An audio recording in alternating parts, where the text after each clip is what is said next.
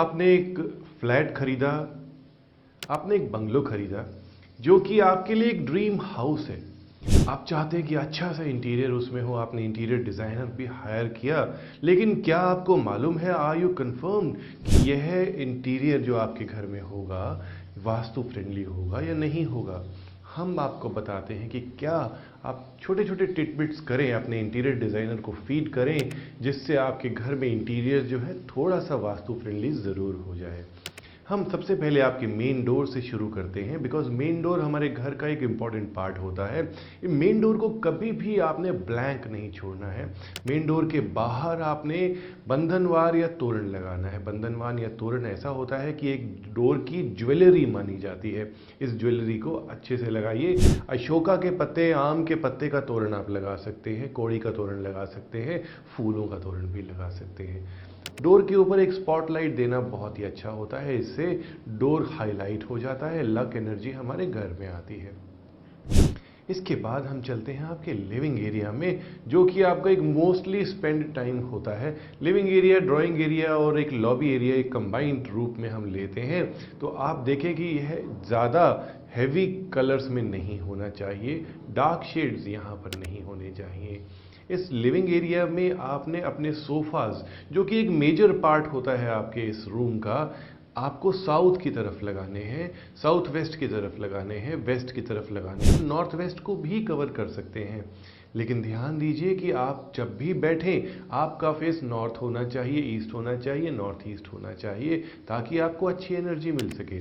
उसके बाद हम बात करते हैं कि शैंडिलियर यहाँ पे लगाना है या नहीं लगाना है। शैंडिलियर लगाना बहुत अच्छा होता है। यहाँ पे आपने अच्छे से येलो लाइट्स इधर इस रूम में लगानी है। नॉर्थ की तरफ पे अगर टीवी लगाएंगे तो बहुत प्रॉस्पेरस होगा, क्योंकि जब भी आप टीवी देख रहे हैं आप कुबेर की दिशा की तरफ देख रहे हैं, जो कि आपके लिए बहुत फ्रूटफुल होगा। आप चाहें तो ईस्ट में भी टीवी लगा सकते हैं, लेकिन साउथ में टीवी लगाना एकदम हजार्डस होता है। फिर हम चलते हैं आपके डाइनिंग एरिया में, या एक ओवरऑल आपके फैमिली लॉन्ज की तरफ।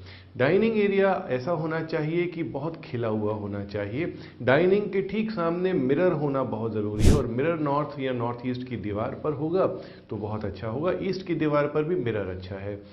डाइनिंग ईस्ट में होगा तो भी बहुत अच्छा है। डाइनिंग टेबल आपका स्क्वायर होना चाहिए, रेक्टेंगुलर होना चाहिए, ओवल शेप कभी भी नहीं होना चाहिए। और बहुत सारी आजकल डिज़ाइनर शेप्स आ गई हैं, डिज़ाइनर अपना अपना काम दिखाने के लिए बहुत सारी शेप्स क्रिएट कर देते हैं, तो ये शेप्स आपके लिए प्रॉस्पेरस नहीं होंगी। शीशे का डाइनिंग टेबल बिल्कुल नहीं होना चाहिए, सॉलिड लकड़ी का डाइनिंग टेबल होना चाहिए। इस डाइनिंग टेबल के ऊपर आपको अचार की शीशियां और कटलरी नहीं रखनी है। आपने ध्यान देना है कि डाइनिंग टेबल साफ सुथरा पड़ा हुआ हो।